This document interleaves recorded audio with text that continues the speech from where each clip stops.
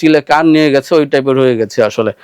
আমরা এখন দেখছি যে দাঁতে টুথপেস্টের মধ্যে মাইক্রোপ্লাস্টিকের উপস্থিতি। ভোগ্যপণ্য যে জিনিসগুলো আছে ওগুলোর মধ্যে অহরহ আমাদের মাইক্রোপ্লাস্টিকের উপস্থিতি আছে। সেগুলি নিয়ে কোনো থিসিস নাই, কোনো উচ্চবাচ্য নাই। অথচ জাস্ট একটা পেস্টের মধ্যে একটু মাইক্রোপ্লাস্টিক পাওয়া গেছে, সেটা নিয়ে আমাদের খুব উচ্চবাচ্য দেখা যাচ্ছে। চিলে কান নিয়ে গেছে ওই টাইপের হয়ে গেছে আসলে। তো সেক্ষেত্রে আমরা বলবো যে দেখেন, আমরা টুথপেস্টটা তো আসলে খাচ্ছি না। আমরা আমাদের টুথপেস্টটা জাস্ট ইউজ করে সেটা আমরা ফেলে দিচ্ছি, এবং টুথপেস্টের মধ্যে যে পরিমাণ মাইক্রোপ্লাস্টিকের উপস্থিতি পাওয়া গেছে সেটা আমাদের বডির জন্য হার্মফুল না। তবে হ্যাঁ, যেই জিনিসটা আমাদের বডির জন্য দরকার, আমরা রেগুলার খাওয়া দাওয়া করছি, আমরা রেগুলার হচ্ছে যে জিনিসগুলো ভোগ্যপণ্য যে জিনিসগুলো আছে ওগুলোর মধ্যে অহরহ আমাদের মাইক্রোপ্লাস্টিকের উপস্থিতি আছে। সেগুলি নিয়ে কোনো থিসিস নাই, কোনো উচ্চবাচ্য নাই। অথচ জাস্ট একটা পেস্টের মধ্যে একটু মাইক্রোপ্লাস্টিক পাওয়া গেছে, সেটা নিয়ে আমাদের খুব উচ্চবাচ্য দেখা যাচ্ছে। তো যেটা আসলে আলটিমেট আমাদের বডির জন্য যেটা আমাদের বডিতে আমরা এনগালফ করছি, আমাদের বডিতে ডাইজেস্ট হয়ে যাচ্ছে, যে মাইক্রোপ্লাস্টিকটা আমাদের জন্য ক্ষতিকর, সেই মাইক্রোপ্লাস্টিকটা আমরা আটকাতে পারছি না। হ্যাঁ, তবে আমি বলছি না যে মাইক্রোপ্লাস্টিকের উপস্থিতি সেটা ভালো। অবশ্যই বাচ্চাদের ক্ষেত্রে যেটা আমাদের হয়, বাচ্চারা প্লাস্টিক যেটা পেস্ট যেটা ইউজ করেন, অনেক সময় বাচ্চারা সেক্ষেত্রে পেস্টটা গিলে ফেলতে পারে।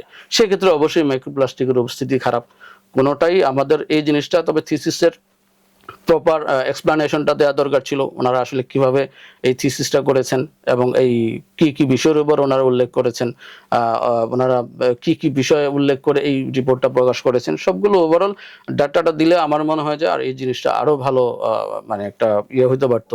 তো সেই ক্ষেত্রে আমাদের যারা আমাদের পেশেন্ট আছেন বা আমাদের আধা জনগণ যারা আছেন, তাদের ক্ষেত্রে আমরা একটা কথাই বলি, এটা ভয়ের কিছু নেই। বাচ্চাদের ক্ষেত্রে, শুধু বাচ্চাদের ক্ষেত্রে যে পেস্টটা আপনারা ইউজ করছেন সেই পেস্টটাতে একটু আপনারা দেখেন যে সেটাতে মাইক্রোপ্লাস্টিকের উপস্থিতি আছে কিনা। বা আগে যেটা আমরা বা মানে টুথপেস্ট কোম্পানি বলতো যে খেয়ে ফেললেও কোনো সমস্যা নেই, আমার মনে হয় যে এই জায়গাগুলোতে একটু সচেতন হওয়া দরকার। আপনার বাচ্চা টুথপেস্টটা গিলে ফেলছে কিনা, যেহেতু পাওয়া গেছে অবশ্যই সেটা আমাদের বডির জন্য হার্মফুল।